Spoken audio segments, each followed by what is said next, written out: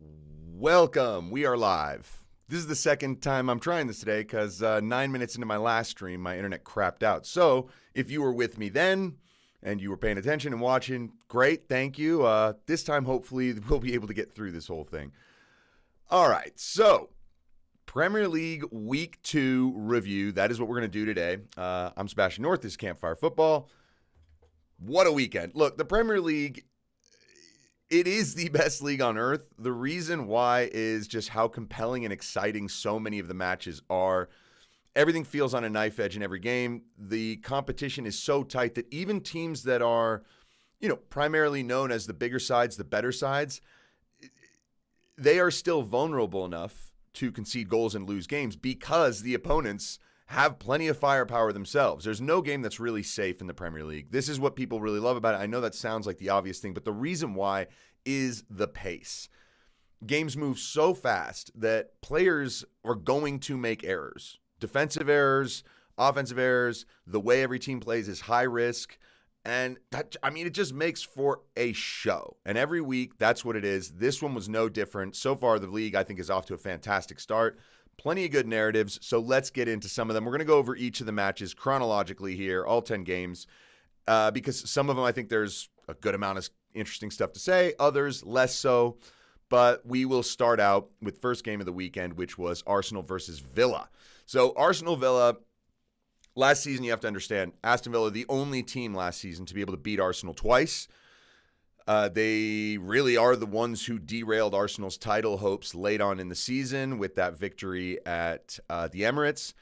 And now the question is, can Aston Villa be as good as they were last season? They brought in some players. Amadou Onana has gone straight into the starting lineup. He looks really good. Morgan Rogers looks really good. We'll talk about him. But they really, I think they were excellent. They were really, really good. And it was awesome to just see the way Arsenal had to sort of deal with Aston Villa. At the beginning of this game, you're kind of hoping it just gets off to a great start, but because there were 3 or 4 separate moments where there were injuries, I think Onana went down at one point. He needed maybe 2 minutes on the floor, and so there were a few of these moments in the first 15, 20 minutes that completely killed any kind of rhythm that either team would have in that opening half. And so it was a little bit touch and go. There was a good pace to the first half when the ball was rolling, but there were so many of these breaks that you just didn't quite see either team really get into a rhythm. So what you knew is that in the second half, this could really take off. And that's what happened. The second half of this Arsenal-Aston Villa match was terrific. The way both teams pressed, the way teams played out of the press, both were able to get through multiple times. I think Morgan Rogers, my God, what a signing he is for Aston Villa. Graham Lasso in the commentary was talking about how he reminds him of Jude Bellingham. Now, you may think, well, that's a crazy stretch. How can you say that? But the way that guy can drive forward and just shrug off tackles. I mean, he made Thomas Partey look like just a Klingon for a second, just someone who's just grabbing onto his shirt for dear life, and he just shrugged him aside. Morgan Rogers was one of the primary threats for Aston Villa. I think he's going to have a big breakout season if he can stay fit. He's terrific. Ollie Watkins, a little disappointing on a few chances, obviously. I think they're specifically one at 0-0, and this is a huge moment of the game. I think it was Morgan Rogers came through, or Onana, I don't remember. There's a shot, it gets clipped and deflected, and it goes just floats back towards the bar. David Raya backpedaling, jumps up, swats, can't get anywhere close to it. It hits the bar, bounces down. Watkins comes in, diving header, trying to avoid the goalkeeper. Raya with a fantastic save. Really, really good reactions. And that could have put Villa in the lead, and then we don't know what happens after that. Instead, it's 0-0. Trossard comes on, and with the first touch of the ball, he sweeps the ball into the bottom corner. Bukayo Saka getting it down to the byline, cutting it back with his right foot. And then there's just like a couple deflections. Rogers making a tackle. Trossard scores. Love the goal celebration. Zero reaction for a while. I don't know if this is a message to anybody, but it's also kind of just like, look how cold I am. I come on and I score with my first touch. So that worked out really well for them. Thomas Partey getting the 2-0, and it was just a very good game. I think it could have gone either way based on the way both teams were playing. But Arsenal are showing why they are once again absolute title contenders. Right now, they're the closest looking team to threatening City. who we will get to momentarily. So that closing out with that game, I just thought really, really exciting way to start the weekend. Good intensity about it and fun match. So let's move on to the second one. This is Spurs against Everton. And again, we talk about margins and moments in games that are just like really, really, really important. Spurs got off to a great start, playing very well, dynamic, Ange ball, everything we've expected. At home now, they're running. Everton are a team that is clearly going to struggle this season. They were battered at home by Brighton on the opening day. They ended up losing this match 4-0, but there's a bigger story for me here. This is what I think. So, first of all, Bissouma scores a fantastic goal. Gets the ball dropped off to him, hits a right-footed curler, hits the bar, goes down off the ground, back into the roof of the net. Aesthetically, one of the best goals you can watch. Just the sound of everything, bar, bounce, goal, everyone's screaming. So that was good. Set a nice tone. But what we saw from Spurs back on Monday, 1 week ago, was when they played against Leicester, they were absolutely the better team for the entire first half. Completely controlled it. Should have taken a 2-0 lead at some point and gotten themselves some breathing room, but they didn't. And Leicester did very well to come back into the game. They made some adjustments and ended up not just equalizing through Jamie Vardy, but then they went on to pretty much essentially almost win the match, and they probably should have. I think it was really, really disappointing to see Leicester sort of just throw those opportunities away. But I see here, Tim, we'll wait for the Newcastle and West Ham. Yeah, so I'll get to those in a sec. But Spurs then, it's 1-0, right? Everton, okay, you've given up a good goal, but stay in the game like Leicester did. Instead, the ball goes back to Pickford. He takes a year and a day, just rolls the ball casually way out of his feet onto his left foot. Son does a very good job of recognizing the suppressing moment. Son is super quick, surprises Pickford, and Son dispossesses Pickford and scores. And it's an embarrassing goal to give up. That's the first thing. It's a terrible goal to give up in the sense that it's just low quality. You're not demanding anything from the opposition to score. They're just going to prey off of your idiocy, essentially. And look, I like Jordan Pickford, but if you are going to see a goalkeeper make 3 or 4 errors like this per season, which is what a lot of the goalies in the Premier League do, they make these kinds of errors too frequently. Then you think about the timing of these. I mean, this is the worst possible thing you can have. You're down 1-0, you're under pressure, stay in the game. Instead, this happens, you go 2-0 down away from home, and getting back's tough. And in the end, Romero gets a goal in the second half to make it 3-0. Son would score one more, 4-0. And it's just the timing of making these insanely bad mistakes from goalkeepers. There's another example of that we'll get to in just a couple minutes. But Everton look really in trouble. They don't really have an ownership group right now. I guess John Textor tried to get involved at Crystal Palace. Now he's trying to get involved at Everton. They had that 7-7 deal fall through last year. Whole mess. Everton look like a club just really in trouble and destined maybe to go down. Unless Deichball can go back into effect this year, I think they will be. They look to me favorites to be relegated. Speaking of relegation candidates, let's move on to the next match. This is Nottingham Forest versus Southampton, and there is not a lot to say about this game. It wasn't great. It wasn't a high-quality match, but Morgan Gibbs-White gets the goal. I really like him. I've always thought he's just an awesome guy. He's got great intensity. If he can play well for Forest and I think get to a upper mid-table to upper mid-table Premier League side, someone who's actually threatening for Europe, that would be great for him because I think he would be good enough. He has the personality and the quality and the technique to be in any of the better sides in the league rather than a team that's just fighting for their lives.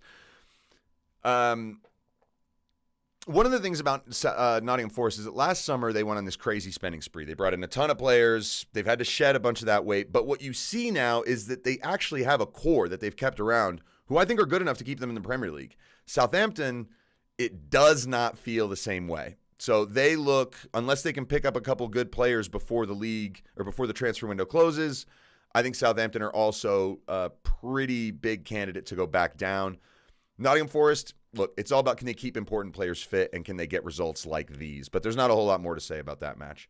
All right, moving on to Man City against Ipswich. So this is hilarious because City start the way they always start games. They're good, they're threatening, but then they get hit on the break, right? It happens frequently that there's a break opportunity for the opponents. In this scenario, Ipswich take the lead. Sam Smutic scores, makes it 1-0, and this is, I think, in like the 8th, 10th minute, something like that. And so good. Ipswich, hey, you've taken a lead. Like, you have something to defend. Well, it's City at the Etihad, so, you're going to need to do more, but it at least gives you something, right? City go, and Savinho driving down on the right wing, gets into the box, gets clipped, fouled, penalty after a VAR review. Holland steps up, scores. Okay, 1-1. And this, again, I'm going to mention what Pickford did. Arione Muric, the goalkeeper for Ipswich, decides to play patty cake with himself. I don't really know what he's doing. He's just dawdling on the ball at the top of his box. Decides I'm going to cut the ball back here and look for another way to pass it. It's just stupid play. He has no idea what he's doing. Gets himself into a total mess. The ball gets dispossessed. De Bruyne just strokes the ball in from about 19 yards. And this is 2 minutes after the equalizer. So you take a lead. City come, they get a penalty, they pin you back. Okay, it's 1-1. And then the next thing that you do, and I mean literally, this is what, it was like 40 seconds after the kickoff, somewhere around there. The goalkeeper just has a complete horror show, and they gift City the 2-1 lead. Now there's momentum. On the next stretch of possession after this goal, City just goes straight up the field. They launch a ball forward. Erling Haaland heads the ball past Muric, volleys it in the empty net. It's 3-1. And just 4 minutes prior, it was 1-0 to Ipswich. This is not how they're going to survive in the league. I know that City are the devastating side, but what Ipswich were doing, any team in the top half would pick them apart the same way. So just another example of how a goalkeeper can completely flush your plan down the toilet. I mean, look, the thing about goalkeepers is, and fans feel this the same way. As a Chelsea fan, I can tell you right now, with Robert Sanchez in goal, you're always like, or you don't play that ball one touch, don't play it in the middle. You've got that fear. And you also know that there's a lot of, like the Kovacic goal last week, where you're like, oh, even if he gets a hand to it, it might still go in. When goalkeepers do not offer that major security blanket, like maybe an Emi Martinez does, or for instance, David Raya did this weekend, or Alisson, when a goalkeeper does not give you that real sense of security, it's like the confidence from a defense just goes out the window very, very quickly, and things domino. And look, Erling Haaland gets his hat trick. The final goal that he scores is brilliant. So, shot from about 20 yards out. So another hat trick for Erling Haaland. It's absolutely stunning. I mean, he really is a generational talent. This guy's going to score so many goals this season. You better have him in your fantasy team if you play FPL, because you have to have him in there. He's a cheat code. But brilliant result for City. But I just think, when teams hand over opportunities and goals like that, it's just kind of embarrassing. So, all right, let's move on to Fulham-Leicester. Fulham win 2-1. Emile Smith-Rowe gets his goal in his home debut, 18 minutes in. Fulham were playing well. Wout-Weijs equalizes off a corner kick. There was the header. This was checked by VAR, strangely. He heads the ball. Apparently, Vardy is maybe impeding with the goalkeeper's view. I don't know. He's running away from the ball, though, so that's what they decided happened, and so the goal stood. I don't think this one had any business being chalked off, personally. So 1-1, and then Iwobi gets the winner. Iwobi doesn't score a lot of goals, so it's nice to see him, for Fulham fans, nice to see him get on the score sheet early in the season. And they look pretty solid. I mean, Adama Traore is going to give them something. Fulham look at the moment like they'll probably be a mid-table side. They got Joe Anderson from Crystal Palace. So, as long as Fulham can keep players fit, I think they'll be a decent team this season. They're not the easiest team to play at home. But there's not a whole lot to say about that match aside from Leicester. They're going to be in a lot of games, but Leicester are going to need to pick up points, especially like the match against Spurs where they're on top. They have to be able to get points when they are better in games, because they won't be in very many of them. All right, moving on. Palace, West Ham, one of the London derbies. Crystal Palace are now 0-2, and I think it's kind of interesting that they've lost both their matches. Not easy games, right? They played Villa on the opening day, now West Ham, but they lose at home. And I think there was so much goodwill about Oliver Glasner. He did so well with the team last season, and they lost Michael Olise. They lost Joachim Anderson. Eberechi Eze was outstanding. I mean, he almost scored a couple goals. He had one brilliant free kick last week that was denied. Total referee mistake. But look, I think Crystal Palace will get better, but Losing these two matches is not the right way to build confidence, and you can get into a spiral really, really quickly. So West Ham, for Julen Lopetegui, it's huge that they win. Of course, it's hilarious. It's like the David Moyes stars, right? You have Thomas Susek and Jared Bowen getting the goals. And it's a big win for West Ham. It really is. And for Lopetegui to get off the ground running. I think the battle in sort of mid-table is going to be a mess. I do not think West Ham are going to be anywhere near Europe this season. Personally, I just don't think so. But I think they will be in mid-table. And Crystal Palace, if they get going, will probably also be a mid-table side. I do not see them really pushing for Europe. But if things, like I said, if things get toxic, they could end up in a relegation battle. All right, more interesting match. Brighton beating Man United 2-1. This was a great game because Brighton are fun to watch. And Man United, frankly, were not bad. I mean, a lot of people really have been they've been dragging Man United for quite some time now, saying that they are just, an abominable team. Can I do a tactical preview of who? Sorry, is it Palace? PSG this season. Yeah, I do need to get to PSG. But we'll do that when the Champions League comes around. So that's Tim. I really appreciate the feedback on that because PSG are an interesting unit now that they don't have Mbappe and it's a sort of different generation. But yeah, moving Man United versus Brighton. Look, Danny Welbeck, he has this habit of scoring against the big teams. He done it against Chelsea so many times. Here he's haunting his old side, Man United. Gets the opening goal. And then Amad Diallo equalizes. And so you have a good little 1-1 going on. It's a solid match. And then Man United, creating a lot of chances, they get an unbelievable one. Ball gets squared across. Xerxes goes into slide. Garnacho's at the back post. It misses Xerxes, and as he's sort of standing up, it hits him. Garnacho shoots, it hits him in the knee and goes in. Crazy scenario because it's just a total accident and a freak moment. And so Man United have this goal disallowed. Unfortunate, but that's not the end of the match, right? It's still 1-1, goes deep into stoppage time, and Man United completely fall apart in the second phase of a corner kick. Adingra crosses, João Pedro heads in, and there we go. It is 2-1 right at the end of the match. And part of the reason why this happens is when you, just from a coaching perspective, when we, with our high school team, when we practice set pieces, one of the hardest things is making sure everyone gets the message of where to be. And when you make 5 changes, it's like, okay, you're in this position, you mark him, and then they make changes. It can get really confusing really quickly. It just comes down to how well the team communicates as opposed to sticking with a certain role because roles change on these things as the game goes on.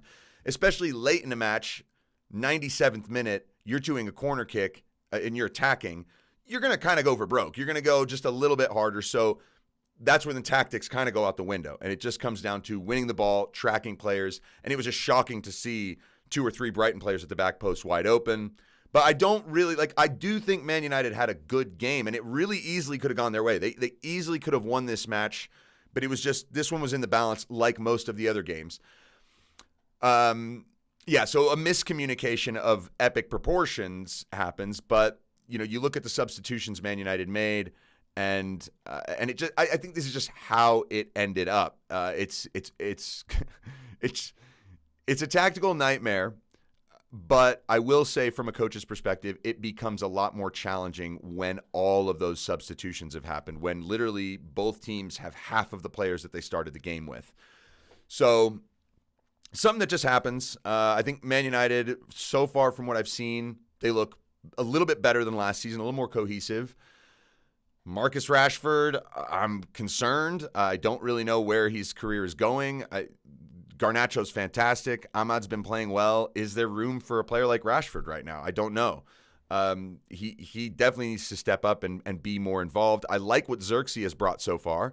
Højlund will come back at some point. So Man United have a good amount of firepower, but it's as the team changes, as the substitutions happen throughout the game, can they maintain that same level more in their defensive end? So far, De Ligt, Mazraoui, they're new, so it hasn't quite clicked. So I would say if you're a Man United fan, I would say be a little more patient. Just be patient and see, does this defense start to gel as the weeks go on?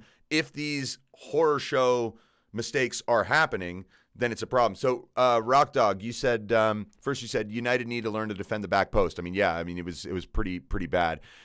And it is one of those things that players do. They get attracted to the ball. Everyone looks. Someone, they see a player who is in a place where they could cut and shoot it, so you try and crowd them out, but then you forget about what's behind you. And if everyone's sort of doing the same thing and there's no communication, that's what happens. And he said even the first goal, Matoma was 2v1 on the left wing against the new United defender. I believe that's Mezraoui.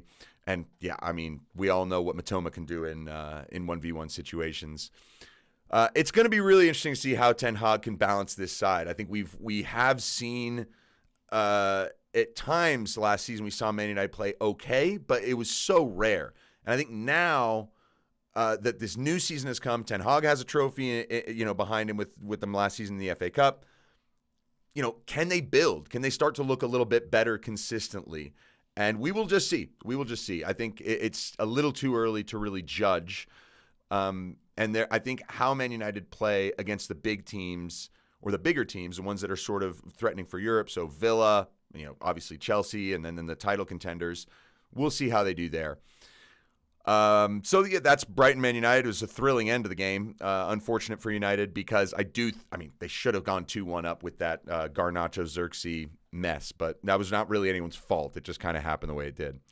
All right, let's move on to Sunday. So Liverpool opened the day at home against Brighton. Arne Slot's first home game. Good reception. Everything's nice. And it goes pretty well. 12th minute, I think it is. Luis Diaz, fantastic finish on a breakaway. Left foot, top corner on the near side. And Brentford offered threats from time to time. Liverpool mostly looked pretty comfortable. I think Trent Alexander-Arnold had another day where he just pulls out party tricks. I mean, this player, he has his deficiencies, believe me. I mean, I do not think playing in midfield worked for England over the summer.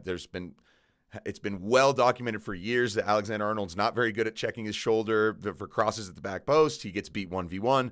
But my goodness, some of the things he does on the ball are incredible. And what he does offer Liverpool is when he gets the ball, players can make really ambitious runs that otherwise you would not be able to make because the person with the ball wouldn't be able to deliver such a quality delivery. And Alexander-Arnold could do that. So he creates problems for opponents and gives the whole front line something to just get excited about every time he's on the ball. And he's fun to watch in that sense. So Liverpool, look, they win 2-0. Pretty solid standard performance from them.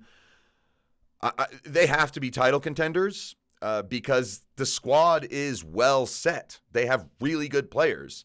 And,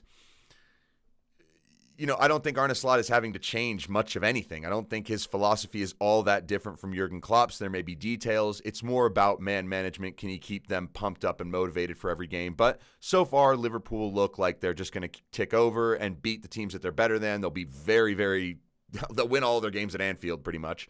And that's how it'll go. So, on the other hand, Brentford, look, they are what they are. Ivan Toney, we'll see if he sticks around. I don't really know what's going to happen. He has not been playing for them, so it looks like they're trying to move him on and cash in, but no one's come in yet. So this could be one of those transfer day deadline sagas, just crazy stories. We'll see what happens. Tim, you said first you said Ahmad and Rashford are not wingers, and I sort of agree with that. Rashford is a winger, more like a second nine, but he just has not been clinical for pretty much since that spring after the World Cup. You said Matoma was so free on the left, and they play Liverpool next game. Yeah, Liverpool, Man United, that's going to be a very, very interesting fixture next week. And Liverpool's wingers are going to give Man United problems.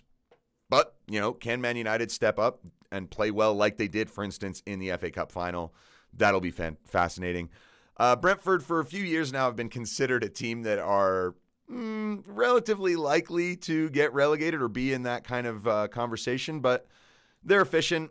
They know who they are. They know what they're doing. And I think they are a team that needs to bring in a couple new faces, but I love Yohan Wissa. I love Brian Mbeumo. I think that this team is well enough organized. I love Thomas Frank, and I do really enjoy watching the way they set up set pieces. I get a lot of inspiration for the teams that I coach from Brentford and the way they do set pieces because they're ruthlessly efficient and a lot of the time cause problems. And Liverpool dealt with it very well. So I would like to see Brentford just kind of stay in the Premier League. I don't really care if they're lighting it up, but they're a fun team. And I do think Thomas Frank one day needs to be taken seriously for a bigger job. That's my opinion. All right. I'm going to leave the craziest match for last here and break my little chronological plan here. I'm going to talk about Bournemouth-Newcastle real quick because this was a decent game. Look, all matches at Bournemouth are fun to watch. I just love the Vitality Stadium as a ground when you're watching games on TV there. It's so cool because the camera's really low. You get a sense for the pace of the game, and everything looks really tight. So you can see essentially really how good players are on the ball when they have pressure. It doesn't look easy when you see games at the Vitality to be a professional footballer. So.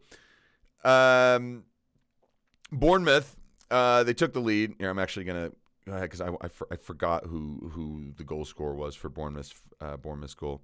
Semenyo. Mark Tavernier. Semenyo with the assist.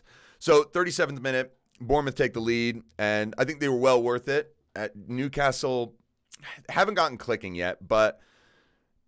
They do have really good players. Look, Alexander Isak is key. It's really, really good that they held on to him. Anthony Gordon's going to have a similar season to the one he had last year.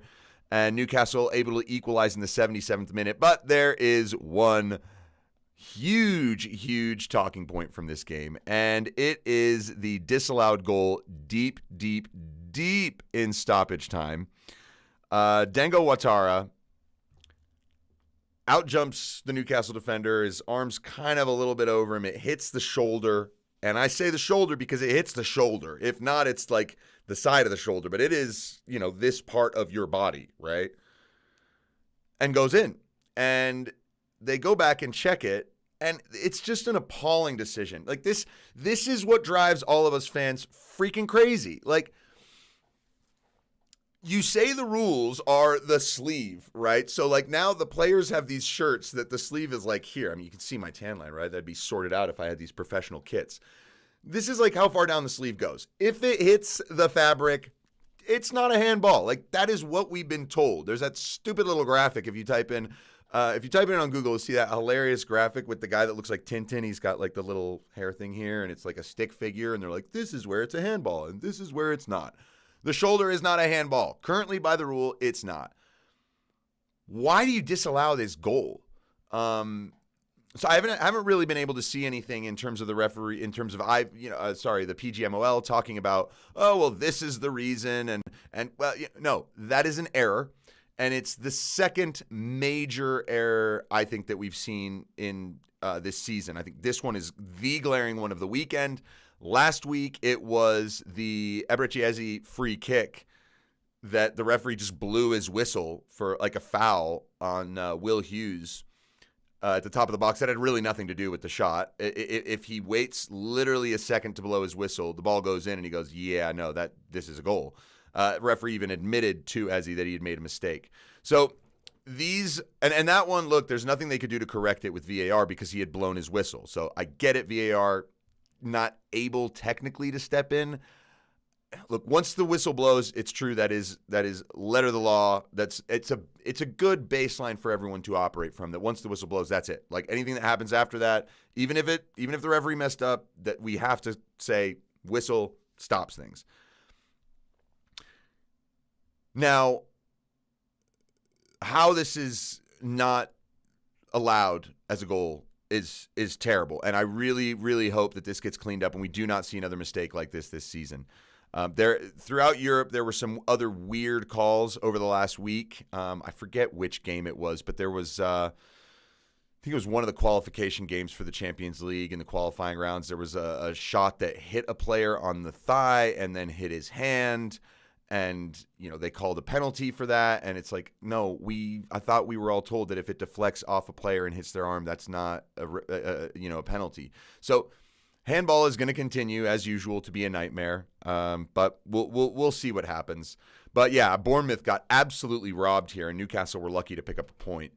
So yeah, really, really unfortunate for Bournemouth, but we'll see how they do as the season goes on. I like the way they play. I like Semenyo. I like Ouattara. It's a good side as usual, but will they have the strength and depth to get themselves through the whole season to just stay out of relegation trouble? That'll be the big question. All right, we have to end with Wolves against Chelsea at Molineux because this was bananas. I felt like I was watching a under 18 match, under 17 match. I mean, back and forth, mistakes all over the place, missed opportunities, great goals, defending that made you go like, whoa, hold on, I thought you were a professional, right? Like, just so much chaos. Now, it all starts off prior to the match. Nani Madueke makes some post saying that apparently Wolves is a shite town. I guess that's what he said, something like that. I didn't see the post because it got taken down very, very quickly, but this was definitely the topic. Made for an immediately spicy atmosphere in Molineux. They were booing Nani Madueke the first time he touched the ball. He kind of smiled and was like, all right, it's going to be that kind of day. And this is a kid who, when he's feeling the crowd, whether they're with him or against him, he really rises up. It was important for Cole Palmer to also have a good day because last week he was essentially completely anonymous against Man City. Now, most players were. Chelsea didn't play badly against City. They just also didn't really have much cutting edge. So how would they do against a team like Wolves? Well, my goodness. So Nani Madueke gets a corner. Chelsea take it. Gets flicked by a Wolves defender. Nico Jackson scores at the back post. Celebrates wildly. And then it kicks off between the Chelsea and Wolves players after the first goal. Some of the Wolves players not happy with the celebrations in front of the fans. I don't know why. I mean, you're at Molineux. The fans are everywhere. What are you supposed to do? How are you supposed to celebrate a goal? Just run away? I don't know. Either way, that got the tension going. Wolves then would score. The goal would get disallowed for offside, and then they would equalize through Cunha. And watching this match, I was like, oh my God, it doesn't matter what Chelsea do. They are going to give up so many opportunities in every game that unless they just outscore the opponents like they were doing in the late part of last season, they're just not going to win enough games.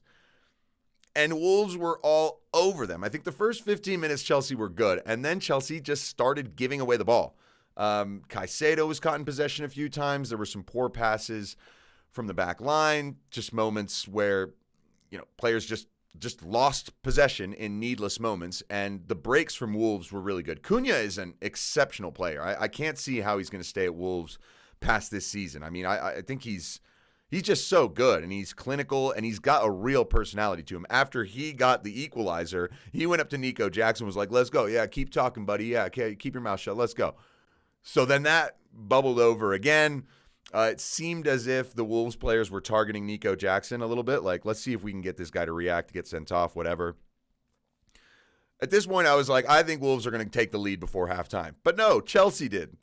Wolves had a great attack. It ends in a goal kick. Robert Sanchez rolls the ball out. I know some people were like, did the ball stop? I think it did because I really wanted to see on the replay, is this going to go to VAR and they're going to chalk it off? It looked like it stopped. So, long ball from Sanchez. Very, very good long clearance. Nico Jackson allows the ball to drop and then sort of flicks the ball with the outside of his foot inwards towards Cole Palmer. But Jose Sa, the Wolves goalkeeper, if you watch the view of this from behind the goal, it's ridiculous where he's going. Like, once this long ball gets hit, clears half field, and bounces, and Nico Jackson's going to get there, if you're the goalie, drop. Like, the other team, your opponents have the ball in your half, and they're on a break because, they just bypassed your team's entire press. Just drop towards your goal. Instead, as the ball's bouncing towards Nico Jackson, Sa just sort of goes sort of to the right. Like, why? What are you doing? No, just go back straight towards your goal. He sort of goes a little bit right, kind of like maybe anticipating a through ball for Cole Palmer to run onto. I don't know. Bad anticipation. Gets it all wrong. The ball gets flicked to Cole Palmer, and he looks and sees the goalkeeper basically at his 18-yard box. Like, what a joke. Cole Palmer, class player. This is what he needed because he had yet to really get going in the game. Didn't get going last week. And I think as a Chelsea fan, you kind of worried, like, well, he had such a big season last season. Then he goes to the Euros. barely plays, but has this big moment where he scores in the final. Like, does he come back and pick up where he left off at Chelsea? First half, I was not sure if that would happen. Then he scores this brilliant goal, and you're like, oh, okay, all right, Palmer's back. Because it's a sensational finish. And you're thinking, okay, Chelsea might take it into halftime 2-1. Yet, no, they still managed to blow a lead again. It's 2-2. Strand Larson, who I think looks a quality player for Wolves. He does look pretty good. He scores to make it 2-2, and it's level at the break. Maresca said that at halftime he told his guys, just take better care of the ball. You guys are losing the ball too easily. You need to take better care of it. And I think that Wolves felt like, okay, Chelsea are going to be easy to rid of possession. Let's just keep going. Let's keep pressing. And they had put such an effort into that first half. They came out in the second and decided to start chasing the ball around, and Chelsea just upped the quality. That's pretty much it. They did not turn the ball over enough. They found the spare man in all of their build-outs, and it started to look as the game went on that they had 12 or 13 guys on the field, because there were times where it was like the ball would go from one side to the other or across the back line, and then they would find someone in the midfield with 20 yards of free space able to turn, and that is where Wolves let themselves down. I think they could have started the second half just a little bit deeper, try and see, can we frustrate Chelsea? Can we get them to, knock the ball around, not be able to get through, and then we can hit them on the break. And then once we start to notice their confidence drop, we can really start pressing them again. Just do it in phases. That's, I think, what Wolves should have done. Instead, they kind of came right out at Chelsea, tried to play with the same energy they started at the beginning of the game, which obviously is not going to happen. I mean, how are you supposed to play with the same intensity in the second half as you did in the first 15, 20 minutes of the match, or even just the whole first half? It's very difficult to do. And Wolves, I think, just went all out. They went for broke, and they did create chances. I mean, 6-2 is a scoreline. This game could have been a different score. This game could have been 5-4 for Chelsea. It could have been 4-3 for Wolves. It could have been 8-2 for Chelsea. It was that kind of a game, which makes it exceedingly fun to watch, I think, for anybody. I enjoyed it as a Chelsea fan because we won. I would have hated it if we lost, but I would have admitted that for the neutral, this was incredible.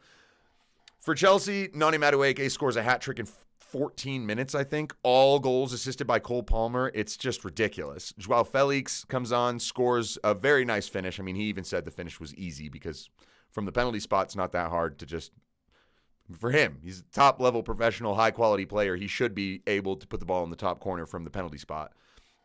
The assist came from why am I forgetting his name? Anyway, so the ex-Wolves player. So Pedro Neto. There we go. It would have driven me crazy if I forgot about that. So Chelsea looked pretty damn good in the second half, but still there were opportunities that Wolves were getting. I think on every set piece, Chelsea looked incredibly suspect. There were 2 or 3 corners that could have easily been headed in.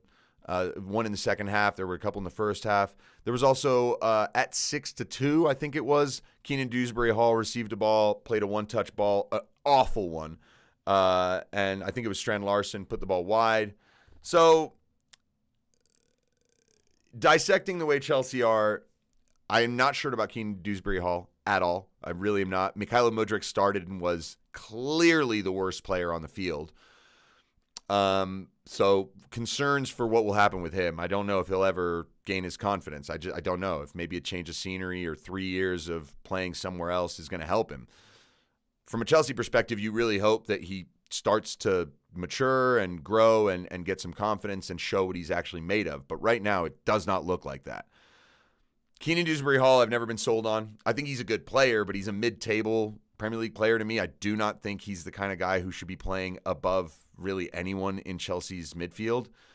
So we'll see what happens with that as the season progresses. But I think it was Jamie O'Hara on one of the talk shows at the end of the during the match or at the end. He was saying that Chelsea are title contenders if they play like that every week. And I disagree, because if Chelsea play the way they did against Wolves every week, they will lose some of those games because they will not score as many of their opportunities.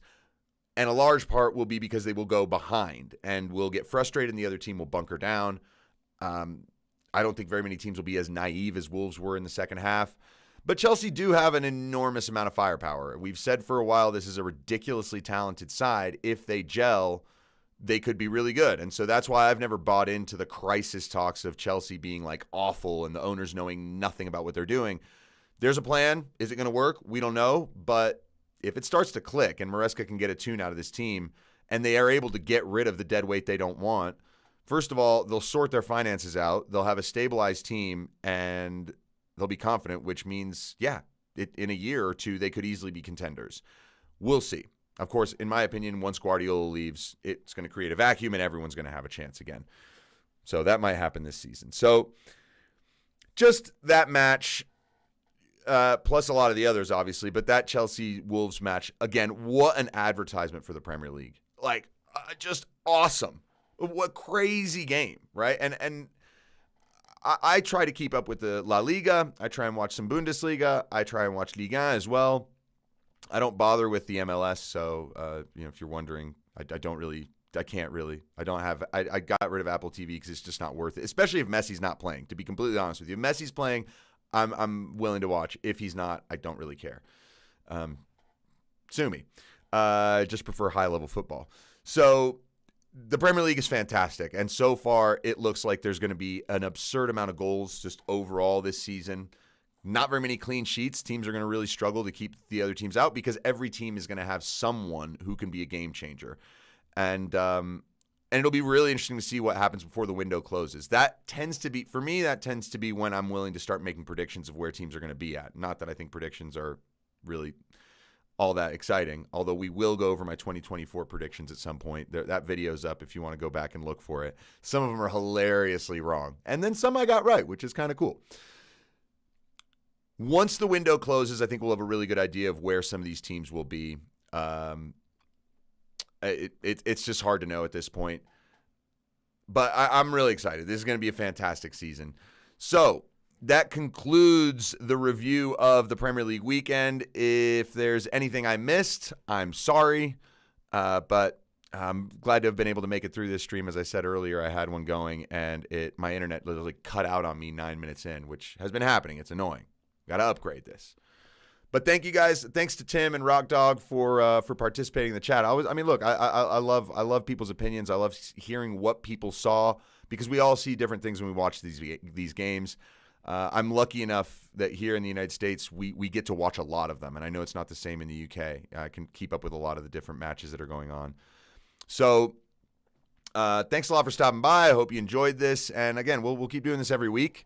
And follow some more of the stories. I just did a video recently, just posted it yesterday on the Free Agent 11, and that's already getting whittled down. One of the players I have in there has been signed. So check it out before the window closes. I also would like to do a video on players that need a move, and there are quite a few of them. It's half the Chelsea squad and then a bunch of other players. And if you're watching Fabrizio Romano, he's keeping you up to date with all those things.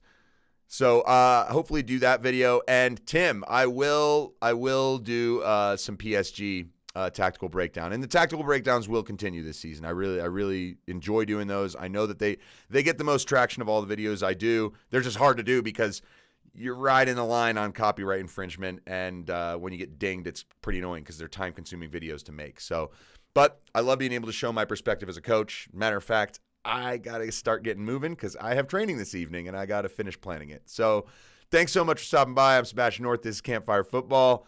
Hope you enjoy the live stream. We'll do another one soon. Thanks, everyone. Take it easy.